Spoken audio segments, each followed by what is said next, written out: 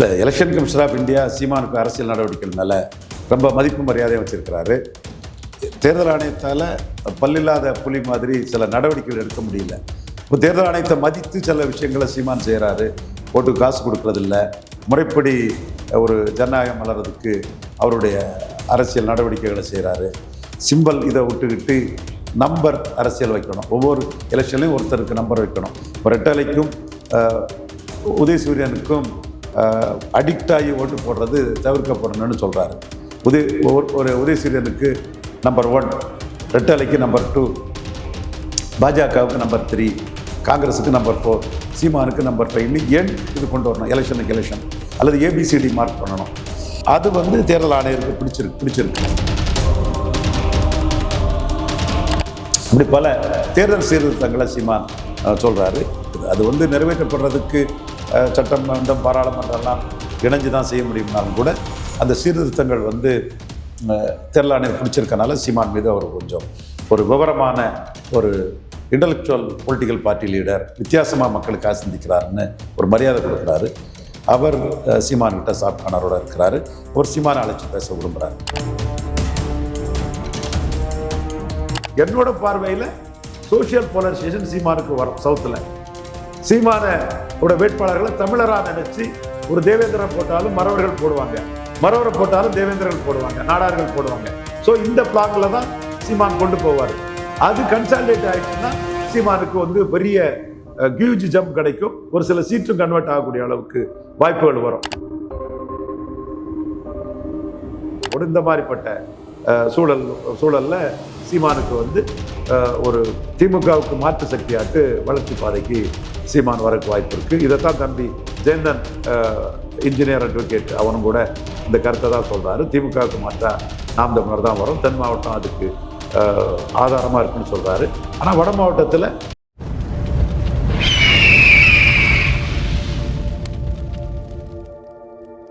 அரசியல் விருது நேயர்களுக்கு வணக்கம். இன்று நம்மோடு சிறப்பு விருந்தினர் அரசியல் தன்னாய்வாளர் திரு ரவீந்திரன் துரைசாமி அவர்கள். வணக்கம் சார். வணக்கம் தம்பி. சார், தொடர்ச்சியாக டெல்லி பிரமுகர்கள் சீமான் அவர்கள் சந்திச்சுட்டு வராத செய்திகள் ஒரு பக்கம் வெளியாகிட்டே வருது. இந்த தருவாயில் இப்போ டெல்லியில் நடக்கக்கூடிய நேஷனல் ஓட்டர்ஸ் டே விழாவுக்கு சீமான் அவர்களாக சிறப்பு விருந்தினராக அழைத்திருக்காங்க. எப்படி பார்க்குறீங்க சார் இதை? இல்லை, எலெக்ஷன் கமிஷன் ஆஃப் இந்தியா சீமானுக்கு அரசியல் நடவடிக்கைகள் மேலே ரொம்ப மதிப்பு மரியாதையும் வச்சுருக்கிறாரு. தேர்தல் ஆணையத்தால் பல்லில்லாத புலி மாதிரி சில நடவடிக்கைகள் எடுக்க முடியல. இப்போ தேர்தல் ஆணையத்தை மதித்து சில விஷயங்களை சீமான் செய்கிறாரு. ஓட்டுக்கு காசு கொடுக்கறதில்ல, முறைப்படி ஒரு ஜனநாயகம் வளர்கிறதுக்கு அவருடைய அரசியல் நடவடிக்கைகளை செய்கிறாரு. சிம்பல் இதை விட்டுக்கிட்டு நம்பர் அரசியல் வைக்கணும். ஒவ்வொரு எலெக்ஷன்லையும் ஒருத்தருக்கு நம்பர் வைக்கணும். இப்போ ரெட்டலைக்கும் உதயசூரியனுக்கும் அடிக்ட் ஆகி ஓட்டு போடுறது தவிர்க்கப்படணும்னு சொல்கிறாரு. உதயசூரியனுக்கு நம்பர் 1, ரெட்டலைக்கு நம்பர் 2, பாஜகவுக்கு நம்பர் 3, காங்கிரஸுக்கு நம்பர் 4, சீமானுக்கு நம்பர் 5 இன்னும் ஏன் இது கொண்டு வரணும். எலெக்ஷனுக்கு எலெக்ஷன் அல்லது ஏபிசிடி மார்க் பண்ணணும். இப்படி பல தேர்தல் சீர்திருத்தங்களை சீமான் சொல்கிறாரு. அது தேர்தல் ஆணையருக்கு பிடிச்சிருக்குது. அது நிறைவேற்றப்படுறதுக்கு சட்டம், மன்றம், பாராளுமன்றம்லாம் இணைஞ்சு தான் செய்ய முடியும்னாலும் கூட அந்த சீர்திருத்தங்கள் தேர்தல் ஆணையர் பிடிச்சிருக்கனால சீமான் மீது அவர் கொஞ்சம் ஒரு விவரமான ஒரு இன்டலெக்சுவல் பொலிட்டிக்கல் பார்ட்டி லீடர், வித்தியாசமாக மக்களுக்காக சிந்திக்கிறாருன்னு ஒரு மரியாதை கொடுக்குறாரு. அவர் சீமான்கிட்ட சாப்கானரோட இருக்கிறாரு. ஒரு சீமானை அழைச்சி பேச விரும்புகிறார். இது நீங்கள் சொல்கிற ஒரு விஷயம். இந்த தென் மாவட்டங்களில் 30,000 வாக்குகள் தனிப்பட்ட எடப்பாடி பழனிசாமியோட சீமானம் அதிகமாக பெற்றிருக்காருன்ற ஒரு விஷயத்தில் சொல்லுங்க. இப்போ ரெட்டிகள் பூத்து வரை எடுக்கக்கூடிய சர்வேக்கள்லையும் அதை நிரூபிக்கும் விதமாக அமைஞ்சிருக்கு. எப்படி பார்க்குறீங்க சார்? இது 2026 ஒன்றும் அதிகரிக்குன்னு நினைக்கிறீங்களா? நான் ரெட்டிகள் சர்வே ஓரளவு நல்லா தான் போகுது. என்னால் எல்லா சர்வேயும் நான் ஒரே மாதிரி தான் பார்க்குறேன். எந்த சர்வேயை தாண்டி பூத் மேப்பிங்லாம் ஆல்ரெடி எடுத்தது எந்த சர்வேயும் நான் குறை சொல்லலை, பாராட்டவும் இல்லை. ஏன்னா சர்வே நிறைய பேர் பண்ணுறாங்க. அதில் துக்ளக் சர்வே இதை அவர் துக்ளக் எதிர் கரெக்டாக வந்திருக்கு. மனப்பூர்வமாக நியாயத்தனமாக பாராட்டிட்டு போகிறோம். அந்த காலகட்டத்தில் எடுக்க தான் சர்வே. அதை ப்ரூவ் பண்ண முடியாது, டிஸ்ப்ரூவ் பண்ணவும் முடியாது. இது என்னோட பார்வையில் சோசியல் போலரைசேஷன் சீமானுக்கு வரும். சவுத்தில் சீமானோட வேட்பாளர்களை தமிழராக நினைச்சு ஒரு தேவேந்திரன் போட்டாலும் மறவர்கள் போடுவாங்க, மறவரை போட்டாலும் தேவேந்திரர்கள் போடுவாங்க, நாடார்கள் போடுவாங்க. ஸோ இந்த பிளான்ல தான் சீமான் கொண்டு போவார். அது கன்சாலிடேட் ஆயிடுச்சுன்னா சீமானுக்கு பெரிய ஹியூஜ் ஜம்ப் கிடைக்கும். ஒரு சில சீட்டும் கன்வெர்ட் ஆகக்கூடிய அளவுக்கு வாய்ப்புகள் வரும். தமிழங்க முறையில் எனக்கு ஓட்டு போடு, தென்காசியில் நான் இருக்கக்கூடிய மறவர் கேண்டிடேட்டுக்கு தமிழாணி ஓட்டு போடு, விருதுநகரில் ஓட்டு போடு, இந்த மாதிரிப்பட்ட சூழல்ல சீமானுக்கு வந்து ஒரு திமுகவுக்கு மாற்று சக்தியாட்டு வளர்ச்சி பாதைக்கு சீமான் வரக்கு வாய்ப்பு இருக்கு. இதைத்தான் தம்பி ஜெயந்தன் இன்ஜினியர் அட்வொகேட் அவனும் கூட இந்த கருத்தை தான் சொல்றாரு. திமுகவுக்கு மாற்றா நாம் தமிழர் தான் வரும், தென் மாவட்டம் அதுக்கு ஆதாரமா இருக்குன்னு சொல்றாரு. ஆனால் வட மாவட்டத்தில் சில ஜாதிய கூறுகள் காரணமா திமுகவுக்கு மாற்றாட்டு அதிமுக பாமக அணி தான் ஸ்ட்ராங்காக இருக்குது. தர்மபுரி, சேலம், விழுப்புரம், சிதம்பரத்துல உண்மை. பட் இங்கேயும் சீமான் வந்து தமிழராட்டு பொருந்தா கூட்டணியை உடைச்சி வாக்கு வலிமையை ஏற்றுவார். யூனிஃபார்ம் சிம்பிள் வந்து விஜய் அவர்களுக்கு கிடைக்குமான்றது ஒரு கேள்விக்குறியா இருக்குன்ற பட்சத்தில் இப்போ வந்து விசில் அவர்களுக்கு யூனிஃபார்ம் சிம்பிளா கொடுத்துருக்காங்க. ஆனால் இதன் பின்னாடி வந்து ஒரு விஷயம் வந்து பேசப்படுது. சிபிஐ விசாரணைக்கு பின் வந்து இந்த மாதிரி யூனிஃபார்ம் சிம்பிள் தருவது வந்து ஏதோ சந்தேகத்தை ஏற்படுத்துது அப்படின்ற மாதிரி சொல்றாங்க. நீ எப்படி பாக்குறீங்க சார்? யூனிஃபார்ம் சிம்பிள் வந்து நான் தெளிவாக சொன்னேன், ப்ரெரோகேட்டிவ் தான். கொடுக்கலாம், கொடுக்காமலும் இருக்கலாம், கொடுத்துக்கிட்டு கண்டிஷன் போடலாம், இது செய்யலாம். ஆனால் அவங்க இப்போ என்னன்னா ஒரே கண்டிஷன் தான் போட்டிருக்கிறாங்க.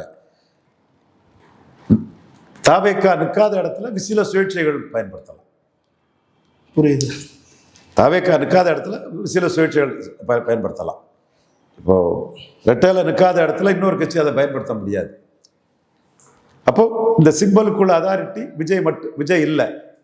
விஜய் 234 வேட்பாளர் நிறுத்தினாதான் அவருக்கு வந்து அங்கே அதாரிட்டி ஆவார். புரியுது. அவர் ஒரு கமல்ஹாசன் மாதிரி ஒரு 50 இடங்களில் கேண்டிடேட் நிறுத்த முடியலைன்னா விசில் சின்னத்துக்கு கையெழுத்து போட்டு கொடுக்கக்கூடிய உரிமை, விசில் சின்னத்தை பயன்படுத்தக்கூடிய உரிமை அந்த விஜய்க்கு வேட்பாளர் நிற்காத இடத்துல சுயேட்சைகளுக்கு வந்துடும். இப்போ ரெட்டையில நிற்காத இடத்துல இன்னொருத்தர் ரெட்டையில பயன்படுத்த முடியாது. விஜய் கட்சி நிற்காத இடத்துல விசில இன்னொருத்தர் பயன்படுத்தலாம். ஸோ இதுதான் அங்கீகரிக்கப்பட்ட கட்சிக்கும் அங்கீகரிக்கப்படாத கட்சிக்கும் உள்ள வித்தியாசம். இதில் கமலஹாசன் 2024 கண்டஸ்டே பண்ணலை. அவருக்கு டார்ச் லைட் சின்னம் வந்து 214க்குமே கொடுத்துட்டாப்புல. 214 கமலஹாசன் போட்டால் டார்ச் லைட் சின்னத்தில் நீங்கள் நிற்கலாம். நீங்கள் இப்படித்தானே 39 மக்களவைக்கும் 2024 வாங்கினீங்க, ஒன்றுல கூட நிற்கலைங்கிறத தேர்தல் ஆணையம் கேட்கல. அப்போ தேர்தல் ஆணையம் இதெல்லாம் வர்றவங்களுக்கு அப்படி சரி நடத்திட்டு அவங்கள ஏன் கெடுபிடி பண்ணணும்னு கொடுத்துட்றாங்க. கெடுபிடி பண்ணதுக்கு சட்டத்தில் இடம் இருக்குது, ஆனால் கெடுபிடி பண்ணலை. புரியுது. இப்போ மாம்பழத்தை அப்படி கொடுத்துட்றாங்க, முரசை கொடுத்துட்றாங்க.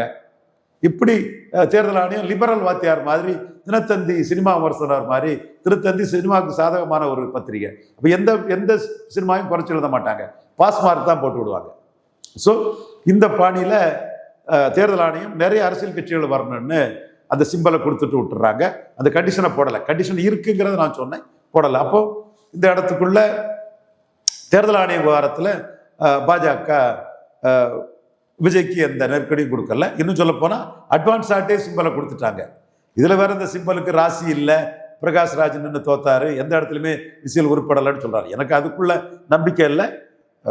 விஜய் திறமையானவராட்டு, மக்கள் உணர்வை புரிஞ்சுக்கிட்டவராட்டு, ஒரு எலிஜிபிள் காம்பிட்டன்ட் ஆட்டு, மண்குதிரையா இல்லைன்னா அவரால் ஒரு வாக்கு எடுக்க முடியும். ரோட் புல்லிங் கெப்பாசிட்டி உள்ள யார் 214 தொகுதி கேண்டிடேட் போட்டாலும் ஒரு வாக்கு வரும். கமல்ஹாசன் 39 போட்டு அந்த வாக்கு எடுத்தாரு, விஜயகாந்த் 214 போட்டு அந்த வாக்கு எடுத்தாரு. அதே மாதிரி விஜயும் அவர் தலைமையில் ஒரு அணி அமைஞ்சாலும் 214 கேண்டிடேட் போட்டாலோ ஒரு வாக்கு வலிமை எடுக்க முடியும். அது விசில்னாலும் சரி, மைக்குனாலும் சரி, அது புஸ்தகம்னாலும் சரி, பென்சில்னாலும் சரி, அது மிட்டாயினாலும் சரி, சிலேட்டுனாலும் சரி, பூட்டுனாலும் சரி, சாவினாலும் சரி, கதவுனாலும் சரி, எந்த ஒரு சின்ன சிம்பல்னாலும் விஜய் தலைமைக்கு, அவர் நிறுத்துகிற வேட்பாளர்களுக்கு, அவர் சொல்ற கொள்கைகளுக்கு, அவர் எடுத்து வைக்கக்கூடிய பிரச்சனைகளுக்கு ஒரு வாக்கு வலிமை உண்டு. அது விசில்லையும் கிடைக்கலாம், அது மிட்டாயிலையும் கிடைக்கலாம், அது ஐஸ்கிரீம் கோன் ஐஸ்கிரீம்லையும் கிடைக்கலாம், என்ன சிம்பல்னாலும் கிடைக்கலாம். சிம்பல்ங்கிறது ஒரு அடையாளம் தான். இந்த சிம்பல் வந்து ராசி இல்லாத சிம்பல், தோல்வி சிம்பல்னு பலரும் சொல்றாங்க. இந்த சிம்பல் விஜய் வி, விசில் வின்னு சொல்றாங்க. விஜய் வந்து வி தான், விசில் வந்து டபிள்யூ. அது தினத்தந்தி தப்பா பேசுறான். ஏதாவது விஜய்க்கு ஆதரவா எழுப்பணுங்கிறத அவருக்கு அரிப்பு இருக்கிறதுனால அவன் தினத்தந்தி அந்த அரிப்படுத்து போய் விக்கும் டபிள்யூக்கும் வித்தியாசம் தெரியாம பேசிட்டு இருக்கிறான். அது விசிலுங்கிறது வந்து ராசி இல்லாத சிம்பலுங்கிறதுல நான் உடன்படலை. வி விஜய் விசிலுங்கிற அந்த ராசியிலே உடன்படலை. நீங்க தகுதியானவர், திறமையானவர், மக்களுக்குரிய கொள்கைகளை எடுத்து வைப்பீங்கன்னா உங்களுக்கு ஒரு வாக்கு வலிமை, கமலஹாசனுக்கு டார்ச் லைட்டு கிடைச்ச மாதிரி, விஜயகாந்துக்கு முரசு கிடைச்ச மாதிரி உங்களுக்கு ஒரு வாக்கு வலிமை கிடைக்கும். அதில் நீங்கள் உங்கள்கிட்ட வந்து போதுமான வேட்பாளர்கள் இல்லைன்னு நான் உங்களை எக்ஸ்போஸ் பண்ணுறேன். நீங்கள் உங்கள் பிறந்தநாள் 214 கொண்டாடப்பட்டதை சொல்லும்போது 35 இடத்துல தான் உங்கள் பிறந்தநாள் சுமார் 50,000 ரூபா செலவழித்து உங்கள் பிறந்தநாளை கொண்டாடுறதுக்கு ஆட்கள் உங்கள் கட்சியில் இருந்தாங்கிறத நான் சொல்கிறேன். 214க்கு செங்கோட்டையை அலையணும். நீங்கள் செங்கோட்டையனே நம்ப மாட்டீங்க. செங்கோட்டையன் அவர் கேண்டிடேட் பிடிச்சிட்டு வந்தால் நாளைக்கு செங்கோட்டையனுக்கு ஆளாக இருப்பான்னு ஆதவர்ஜுனா நினைப்பார். முழுக்க முழுக்க கட்சிமாரிகளாலும் சுயநலவாதிகளாட்டும் நிரம்பின ஒரு கட்சி. காரணம், விஜயே தன்னுடைய பாப்புலாரிட்டியை நம்பி அதை அரசியல் வியாபாரமாக்குறதுக்கு தான் வந்திருக்காரு. சேவைக்கு வரல, வியாபாரத்துக்கு வந்திருக்காரு. அரசியல் வியாபாரி. ஈழத்தமிழர் கொண்டு குடிக்கப்பட்ட போது ராஜ்யசபா சீட்டுக்கு ராகுல்கிட்ட போய் நின்ன வியாபாரி தானே. ஸோ வியாபாரத்துக்கு வந்திருக்காருங்கும் போது அந்த வியாபாரத்தை அவர் வந்து 2024 திறம்பட பண்ணியிருக்கணும். இப்போ 214 போட்டு எந்த அளவு ஓட்டு எடுப்பாருங்கிறது பெரிய கேள்விக்குறியாக தான் இருக்கும். 214 போடக்கூடிய அளவு கேண்டிடேட் இல்லைங்கிறது என்னோட பார்வை. பிசில் ஒரு பெரிய மேட்டர் இல்லை. பிசில்னாலும் சரி, பட்டனுனாலும் சரி, ஊசினாலும் சரி, ஒரு சிம்பல் தான். அதில் சிம்பல் வந்து ஒரு அடையாளம் தான். அதை நான் பெருசாக எடுக்கலை. குறிப்பாக இப்போ சிபிஐ விசாரணை எதை நோக்கி தான் போகுது அப்படின்ற ஒரு விஷயம் இருக்குது. இன்னமும் அது பேசு பொருளாகவே இருக்குது. தேர்தல் சமயத்தில் அது விஜய்க்கு எதிராக திரும்புமான்ற ஒரு கேள்வி இருக்குது. நீங்கள் எப்படி சார் பார்க்குறீங்க? சிபிஐ விசாரணை நியாயமானது. ஸ்டாலின் பயந்துட்டார். விஜயை கை வச்சா அது சிம்பதி ஆயிரும். அவர் எடப்பாடி கிட்ட போய் சேர்ந்தா அந்த சிம்பதி தன்னோட எதிரி எடப்பாடிக்கு லாபமாயிரும்னு ஸ்டாலின் அந்த இடத்துக்குள்ள பயந்துட்டாரு. தப்பான்னு இல்லை, அவருக்கு சட்டப்படி நடக்கலை. அவர் அரசியல் ரீதியாக அவருக்கு லாபம் தான்.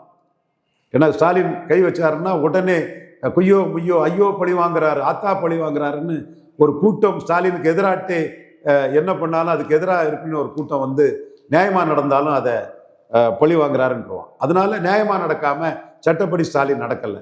அரசியல் லாப நஷ்ட கணக்கை போட்டு பார்த்துட்டாரு. அதான் சீமான் சொல்றாரு, விஜய் அரெஸ்ட் பண்ணியிருக்கணும். விஜய் அங்கே வரலன்னா எப்படி 40 வருஷம் ஆவா? விஜய் வந்து 10 பாயிண்ட்ல பேசியிருந்தா எப்படி 40 வருஷம் ஆவா? விஜய் காக்க வைக்காம இருந்தா எப்படி 40 வருஷம் ஆவா? விஜய் அந்த வண்டியை கூட்டத்துக்குள்ள விடாம இருந்தா எப்படி 40 வருஷம் ஆவா? எப்படி பிரச்சார கூட்டத்துக்கு வெளியூர்ல இருந்தெல்லாம் ஆளை கொண்டு வந்து ஆளை குவிக்கலன்னா எப்படி 41 வருஷம் ஆவா? பிரச்சார கூட்டமா நடத்தாம பொதுக்கூட்டமா நடத்தினா எப்படி 40 வருஷம் ஆவா? வாரம் ஒரு நாள் வராம டெய்லி மக்களை சந்திச்சா எப்படி 40 வருஷம் ஆவா? அப்ப நீ எல்லாமே திட்டமிட்டு உனக்கு பெரிய கூட்டம் வருதுன்னு காட்டுறதுக்காக மக்களை வந்து மாடா ட்ரீட் பண்ணி நீ ஒரு செயற்கையா ஒரு சூழலை உருவாக்குனவன் நீ. அப்போ நீ உனக்கு அதில் குற்றவாளியாக தான் உன்னை ட்ரீட் பண்ணணும்னு சீமான் ஓங்கி ஸ்ட்ராங்காக அடிக்கிறார். அதை வந்து ஸ்டாலின் எடுத்துக்கல.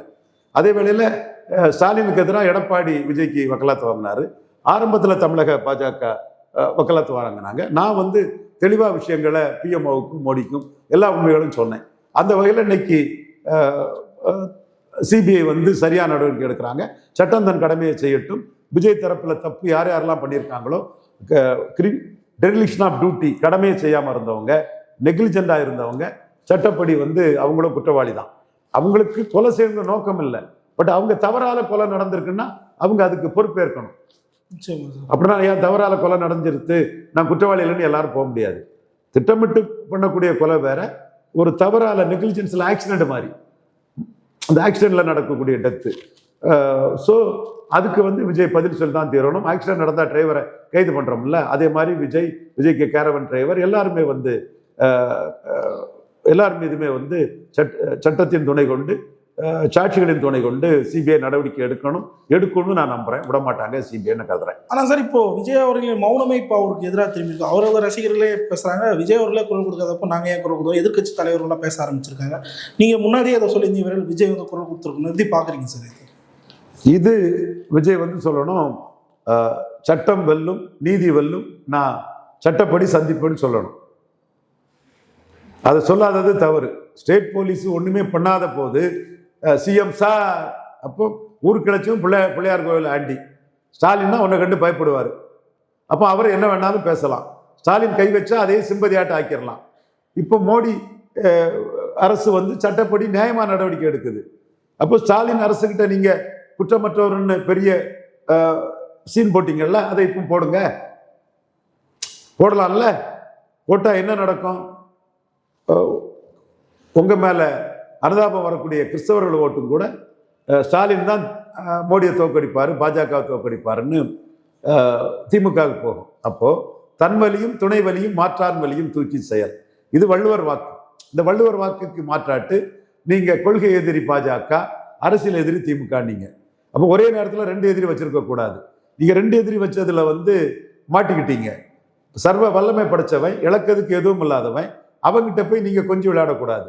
மோடி கிட்ட கொஞ்சம் விளையாடினதும், ராகுலுக்கு ஆதரவா நீங்க செயல்பட்டதும், சிஏ எதிர்ப்பு, வக்போர்டை எதிர்த்து, வக்போர்டு சட்டத்துக்கு எதிர்த்து சுப்ரீம் கோர்ட்ல கேஸு, போலி ஓட்சோரி அஜிடேஷன், ஒரு மோசடி அஜிடேஷன் விஜய் இவரு ராகுல் பண்றாருல, அதுல திமுக எம்பி உட்பட எல்லாரும் ராகுல் தலைமையில் கைது படும்போது ராகுல் கைதுக்கு எதிர்த்து ஒரு எக்ஸல பதிவு. இப்போ வரும்போதே நீங்க ஒரு ராகுல் ஆதரவாளராட்டு ராகுலுக்கு ஒரு நன்மதிப்பை பெறணுங்கிற எண்ணத்தோட மோடிக்கு எதிராட்டு மக்களவை தேர்தலை கண்டஸ்ட் பண்ணா அது ராகுலுக்கு 7-8 தொகுதியை பாதிச்சிரும்னு கண்டஸ்ட் பண்ணாம சிஏ எதிர்ப்புன்னு ஒரு டப்பா காரணத்தை, இந்திய முஸ்லிம்களுக்கு எந்த பாதிப்பும் இல்லாத ஒரு காரணத்தை சொல்லி ஒரு மிஷினரி ஆளாட்டு, ஒரு மதமாற்ற கோஷ்டியாட்டு நீங்க வரும்போதே வாரீங்க. மோடிக்கு எதிரான ஒரு வன்மத்தோட வாரீங்க.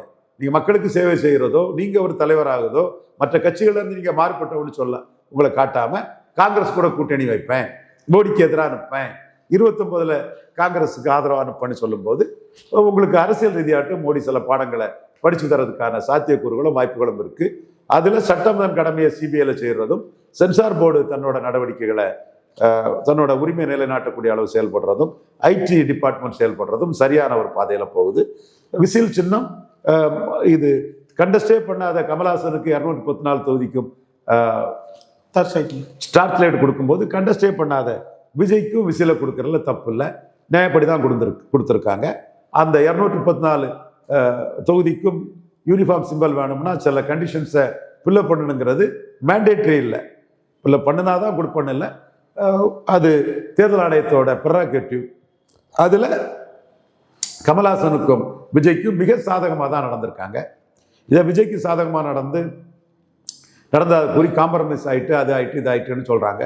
என் கருத்தை மோடி தரப்பில் நான் தெளிவாக சொல்லிட்டேன். 26ல் இவர் அரசியல் சக்தி ஆனால் 29ல் நமக்கு எதிராக தான் போவார். ஸோ சசிகலா ட்ரீட்மெண்ட் தான் இவருக்கு சரியானதாக இருக்குங்கிற என் கருத்தை நான் தெளிவாகவே சொல்லியிருக்கிறேன். பொறுத்திருந்து பார்ப்பேன். ஆனால் ஒரு வருடம் ஆகுது சார், ஆட்சியிலும் பங்கு அதிகாரத்திலும் பங்கு அப்படின்ற ஒரு விஷயத்த விஜய் அவர்கள் சொல்லி இது வரைக்கும் எந்த கட்சியுமே இன்ட்ரெஸ்ட் காட்டல. அவங்கவுங்க கூட்டணியை வலுப்படுத்திட்டே வராங்க. இங்கே முதல்ல சொல்லியிருந்தீங்க யாருமே வரமாட்டாங்க அப்படின்ற ஒரு விஷயம், அதுக்கு இப்போ அப்படியே நடக்குது. எப்படி சார் பார்க்குறீங்க? 1% பலம் கொண்ட ஒரு கட்சி கூட விஜய்கிட்ட வரமாட்டாங்கிற கருத்தை நான் சொன்னேன். ஒரு வேளையில் தினகரன் போனால் கூட தினகரன் 1 விழுக்காடு வாக்கு எடுக்கலைங்கிறத நான் சொல்லியிருப்பேன். அந்த இடத்துக்குள்ள நான் தினகரனை இது பண்ண நினைக்கல. பட் எனக்கு தெரியும் பாயிண்ட், அதை தான் சொல்லுவேன். ஓபிஎஸ் போனாலும் ஓபிஎஸ் 1 விழுக்காடு வாக்கு எடுக்கலைங்கிற கருத்தை தான் நான் சொன்னேன். அவர் ஒரு தொகுதியில் தான் நின்னார். அப்போ அந்த புள்ளிக்குள்ளே தான் நான் அதை பண்ணினேன். காங்கிரஸ் இப்போ திமுக செட்டில் ஆயிட்டாரு. இவர் மாணிக் தாகூர் அப்படி முடிஞ்சு போச்சு கதை. சசி தரூரே ராகுலை தூக்கி அடிக்கிறாரு. அப்போ ராகுலால தமிழ்நாடு காங்கிரஸோட முடிவுக்கு எதிராக போனால் ராகுல் கூட 10 காங்கிரஸ்காரன்ல 2 பேர் கூட இருக்க மாட்டான். மாணிக் தாகூரும் அவர் பிரவீன் சக்கரவர்த்தி தான் இருப்பாங்க, வேற யாரும் இருக்க மாட்டாங்க. எல்லாமே திமுக கூட்டணிக்கு ஆதரவுன்னு போயிருப்பாங்க. அப்போ ராகுலால திமுக கூட்டணியை விட்டு போக முடியல. அவர் எங்கேயும் விஜய்க்காக எதுவும் பண்ணலை. ஜனநாயகம் படத்தை மோடிக்கு எதிராக தான் ட்வீட் போட்டார். ஸோ இந்த கட்டத்துக்குள்ள பலம் நிரூபிக்காத விஜய், அவருக்கு ஓட் டிரான்ஸ்ஃபரிங் கெப்பாசிட்டி என்னன்னு தெரியாது. அவர் கையில் இருக்க ஓட்டை தான் டிரான்ஸ்ஃபர் பண்ண முடியும். உங்க கையில் பணம் இருந்தால் அந்த பணத்தை நீங்கள் கையில் கடன் கொடுக்க முடியும். உங்ககிட்ட இல்லாத பணத்தை நீங்கள் எப்படி கடன் கொடுப்பீங்க? இதுவும் பாண்டிக்கும் எனக்கும் வல்லடி வழக்கு. உன் கையிலே இல்லாத பணத்தை நீ எப்படி கடன் கொடுப்பேன்? இப்போ விஜயகாந்த் நிரூபிச்சதை டிரான்ஸ்ஃபர் பண்ணார். பவன் கல்யாண் நிரூபிச்சதை டிரான்ஸ்ஃபர் பண்ணார். அப்போ பலத்தையே நிரூபிக்காத நீங்க எப்படி ஓட்டை டிரான்ஸ்ஃபர் பண்ணுவீங்க? சரி, இப்போ ஓபிஎஸ் உங்க கூட கூட்டணி வந்துட்டாருன்னு வைங்க, ஒரு எக்ஸாம்பிள், அல்லது டிடிவி வந்துட்டாருன்னு வைங்க, உங்ககிட்ட இருக்கக்கூடிய ஷெட்யூல் காஸ்ட் ஓட்டு எப்படி டிரான்ஸ்ஃபர் ஆகுன்னு எதிர்பார்க்க முடியும்? வாய்ப்பு இல்லை. அவர் ஜாதியை சேர்ந்தவங்க போட்டுடலாம் ஒரு வேளையில, எல்லா ஜாதி ரசிகர்களும் எப்படி போடுவான்னு எதிர்பார்க்க முடியும்? சப்போஸ் நீங்க நிரூபிச்சிட்டீங்கன்னா உங்க கட்சி ஆயிருது, உங்க கட்சியே ஓட்டு ஆயிருது. அப்ப கட்சிக்காக நிரூபிக்கப்பட்ட தலைவர்னு ஷெட்யூல் காஸ்ட் முஸ்லீம் ஓட்டு போட்டவெல்லாம் டிரான்ஸ்ஃபர் பண்ணுவான். 10 ஓட்டு போட்டிருந்தா அது 12ஆ போகலாம். அல்லது 8 குறையலாம். இது ஓட்டே நீங்க போடாத போது கையில வராத ஓட்டை எப்படி நீங்க டிரான்ஸ்ஃபர் பண்ணுவாங்க? அப்போ நீங்க கிருஷ்ணசாமி கூட கூட்டணி வைக்கிறீங்க. முக்குலத்தோர் ஓட்டு நீங்க கவின் ஆணவ படுகொலையிலே சொல்லல, அதனால போடலாம் நம்ம இதுதான் நினைக்கக்கூடிய எல்லா முக்குலத்தோரும் இல்லை, ஒரு சில முக்குலத்தோர்கள் உங்க மேல அபிமானம் கொண்டவங்க கிருஷ்ணசாமிக்கு எப்படி ஓட்டு போடுவான்? அப்போ நிரூபிச்சாதான் ஓட்டு, நிரூபிச்ச ஓட்டை தான் டிரான்ஸ்ஃபர் பண்ண முடியும். டெஸ்பரேட்டா எதிர்த்துனா பித்தம் தெளிங்கிற மாதிரி நிறைய பேர் அதை பேசிட்டு இருந்தாங்க, பேசிட்டு இருக்கிறாங்க. ஆனா பிளேயர்ஸ், அந்த லீடர்ஷிப் தலைமையில் இருக்கவங்களுக்கு அது ஏற்றுக்கொள்ளல, விஜய் ஏற்றுக்கொள்ள. மோடிக்கும் ஓட்டு நிரூபிச்சாதான் டிரான்ஸ்ஃபர் பண்ண முடியும்னு மோடிக்கு தெளிவா தெரியும். நாங்களும் அந்த கருத்தை தான் ஸ்ட்ராங்கா சொல்லியிருந்தோம். ஸோ பல நிரூபிக்காத ஒரு அடிப்படையில் அவர் கூட யாரும் கூட்டணிக்கு வரல. பல நிரூபிக்காத ரஜினிகாந்த இவர் டிடிவி ஏத்துக்கிட்டாரு, கமலஹாசை ஏத்துக்கிட்டாரு. ஆனா 60-40 கேட்டார். நான் சொன்ன மாதிரி 30 எம்எல்ஏ சீட்ல அவர் திருப்தி அடையல. ரஜினிகாந்துக்கு 3ன்னா கமலஹாசனுக்கு 2ன்னு இருந்தார். அந்த சூழ்நிலை எல்லாம் விஜய்க்கு இல்லை. மேலும் விஜய் மோடியை பார்த்தும் ஜெயலலிதா 6 விழுக்காடு உயர்ந்ததெல்லாம் நான் சொல்லும் போது எல்லா தலைவர்களும் அவன் சொன்னா கரெக்டா இருக்குமியா, ஜானகிசாமி பணத்தை வாங்கிக்கிட்டு கோடிகளை வாங்கிட்டு பலகீனமான பத்திரிகையாளர்களையும் டிவிக்காரனையும் பிடிச்சி ஏதோ வியாபாரம் பண்ணிட்டு இருக்கிறான், இது உண்மை இல்லைன்னு லாப நஷ்ட கணக்கு பார்க்கக்கூடிய பலத்தை நிரூபிச்ச கட்சிகள் முடிவெடுத்துட்டாங்க. அப்போ இவரு கூட கடை விரித்தேன் கொள்வார் இல்லை. இவரோட சந்தர்ப்பாத அரசியலுக்கு, கொள்கையற்ற அரசியலுக்கு யாரும் இல்லை. இனிமே யாரும் இல்லாத சூழ்நிலையில கேண்டிடேட் போடுறதுக்கு முயற்சி பண்ணணும். இது அசிங்கம் தானே, மக்கள் மத்தியில இது கேவலமா தானே நினைப்பான். அரசியல் வியாபாரத்துக்கு வந்தவன் வர்றதுக்கு முன்னாடியே கூட்டணிக்கு வந்தவன் தானே மக்கள் ஒன்ன நினைப்பான். தேவையா இது? கான்செப்ட் வைஸ் சீமானுக்கு பொருந்தா கூட்டணியாட்டு என்டிஏ ஆகக்கூடிய பட்சத்தில் நான் பெனிஃபிஷரி காஸ்ட் அப்போ எடப்பாடி பழனிசாமி சீமானுக்கு வர வாய்ப்பு இருக்குது. இது நடந்த விஷயத்தின் அடிப்படையில் நான் சொல்றேன். அதுதான் ப்ரெடிக்ஷன். ரங்கராஜ் பாண்டே இன்னும் ப்ரெடிக்ட் பண்ணலாம், தம்பி ப்ரெடிக்ட் பண்ணலாம், அண்ணன் ரவீந்திர சாமி ப்ரெடிக்ட் பண்ணலாம். ஆனால் நடந்த விஷயத்தை ரங்கராஜ் பாண்டே மறைக்க முடியாது. 1 விழுக்காடுல இருந்த சீமான் எடப்பாடியை பலகீனப்படுத்தி தான் 8.2 விழுக்காடு வந்தார். அப்போ மீண்டும் எடப்பாடி பழனிசாமியை இந்த தேர்தலில் சீமான் பலகீனப்படுத்துறதுக்கு வாய்ப்பு இருக்குது. அதாவது அதிமுகவில் ரெட்டலையில் பலன் இல்லாத ஜாதிகள், இந்த ஜாதிகள்கிட்ட சீமான் பலகீனப்படுத்துவார். இது தொடர்பாட்டு வெடிகுண்டு வீசுறது மாதிரி, அதாவது அரசியல் வெடிகுண்டு வீசுற மாதிரி பெரிய கருத்துக்களை வரும் நாட்களில் எந்தெந்த ஜாதிக்கு பாதிப்பு இருந்ததெல்லாம் நான் லிஸ்ட் போட்டு நான் சொல்லுவேன். அது வரும் நாட்களில் நான் அதை சொல்லுவேன். எக்ஸ்க்ளூசிவாக பார்க்கலாம்ன்றீங்க? எக்ஸ்க்ளூசிவாக பார்க்கலாம். அப்போ இந்த சீமானுக்கு பாதிப்பும் பொருந்தா கூட்டணியாட்டு, ஒரு சந்தர்ப்பாத கூட்டணியாட்டு, ஒரு கெமிஸ்ட்ரி எப்படி ஒர்க் அவுட் ஆகுங்கிற கேள்விக்குள்ள சீமானுக்கு பாதிப்பும் அதுக்குள்ள இருக்குது. எது எப்படினாலும் இந்த அணியோட ஸ்ட்ரென்த்து 20 அதிமுக, 10 பிஜேபி, 10 வராது, 3 பாமக, ஒரு 30 to 35 விழுக்காடு பலம் கொண்ட ஒரு அணியாட்டு இன்னைக்கு இருக்குது. இந்த அணிக்கு பாதிப்பு சீமானால ஏற்கனவே எடப்பாடி தலைமைக்கு வந்துட்டு இருக்கு. விஜய் வரும்போது விஜயால இவர் தான் பாதிப்பாருன்னு சொல்ல முடியாது. என்னோட கருத்து, விஜய் இன்எலிஜிபிள், இன்காம்பிட்டன்ட், மண் குதிரை, யாருக்கும் பெருசா பாதிப்பு இருக்காது. சீமானுக்கும் பாதிப்பு இருக்காது, எடப்பாடிக்கும் பாதிப்பு இருக்காங்கிறதான் என்னோட ஒரு கருத்து. ஒருவேளையில் இதை மீறி ஒரு பாதிப்பு வரும்னு சொன்னா இயல்பா விஜயால 47 விழுக்காடு திமுகவையும் பாதிக்கும், 23 விழுக்காடு அதிமுக தேமுதிக அணியையும் பாதிக்கும், 18 விழுக்காடு என்டிஏயும் பாதிக்கும், 8 விழுக்காடு சீமானையும் பாதிக்கும். இதுல தான் ரங்கராஜ் பாண்டேக்கு எனக்கும் கோபம் வந்துச்சு. ரங்கராஜ் பாண்டே சீமானை பாதிக்கணும்னு வன்மம் காழ்ப்புணர்ச்சியில் பேசினார். அது உனக்கு அடி கொடுக்கணும், உன் கருத்தை பெருச்சாலே வாழை பிடிச்சி அடிக்கிற மாதிரி நீ தப்பு பண்றாங்கிறத எக்ஸ்போஸ் பண்ணுங்கிறக்கா தான் தம்பியை நான் தொடர்ந்து எக்ஸ்போஸ் பண்ணிட்டு இருக்கிறேன். தப்பு அது ரிசல்ட்ல தான் தெரியும்னு சொல்லிட்டு போயிட்டாருன்னா நான் அது போல தம்பி அடிக்க மாட்டேன். அந்த வன்மமான இதை சீமானை வச்சுட்டே பேசிட்டாரு. எவ்வளவு கொழுப்பு இருக்கணும், கொஞ்சம் நஞ்ச கொழுப்பா இருக்கு ரங்கராஜ் பாண்டேக்கு, அந்த கொழுப்புக்கு தான் அடி கொடுத்துட்டு இருக்கிறேன். மற்றபடி அவன் மேல எனக்கு பாசம் தான். அப்போ இந்த சிச்சுவேஷன்ல என்டிஏ 30 to 35 விழுக்காடு வாக்குக்குள்ள பலமுள்ள ஒரு அணியாக தான் இருக்குது. திமுக 45 விழுக்காடுக்கு பலமுள்ள ஒரு அணியாட்டு இருக்குது. ஸோ இந்த அரசியல் களம் ஸ்டாலின் எடப்பாடி பழனிசாமியோட 10% மேலே கண்டிப்பாக இருப்பார், கண்டிப்பாக இருப்பார். இது என்னோட கருத்து. கடந்த காலத்தின் சம்பவங்களின் அடிப்படையில் நான் பேசுகிறேன். மக்களவைத் தேர்தலில் இதை தான் சொன்னேன். சீமான் 8 விழுக்காடு வருவாருன்னு சொன்னேன், ஸ்டாலின் 48 விழுக்காடு வருவார்னு சொன்னேன், 47 விழுக்காடு வந்தார். ஏன் நான் ஸ்டாலினுக்கு அது மோடி பிரதமருங்கிற இடத்துக்குள்ளேயே நான் ஸ்டாலினுக்கு ஏன் இது பண்ணணும், தேவையில்லை எனக்கு. சரி. ஆனால் வருவாருன்னு தெரிஞ்சனால சொன்னேன். 35 சீட்டு தான் வருவாருன்னே. அவர் 39 வந்துட்டார். அது சூழ்நிலை. அது பெரிய அளவுக்கெல்லாம் அவர் ஒன்றும் சேலம் தருமபுரியெல்லாம் சாதிக்கலை. பட் அரசியல் சூழ்நிலை கூட்டணி பலத்தில் அவர் வந்துட்டார். இப்போ அவர் கூட்டணிக்கும் அதிமுக கூட்டணிக்கு இடையில 10 விழுக்காடு டிஃபரன்ஸ் இருக்கும். தேமுதிக முடிவு பண்ணலன்னு சொல்கிறாங்க. பெரும்பளவு அவங்க திமுக கூட்டணி போகிறதுக்கு தான் வாய்ப்புகள் பிரகாசமாக இருக்கும். அப்படின்னா அந்த 10 விழுக்காடு வித்தியாசம் ஸ்டாலின் தலைமைக்கும் எடப்பாடி பழனிசாமிக்கு தலைமைக்கும் இருக்குங்கிறது உறுதி செய்யப்படும். சார், பல்லறிக்கை தெளிவாக நேரத்துக்கு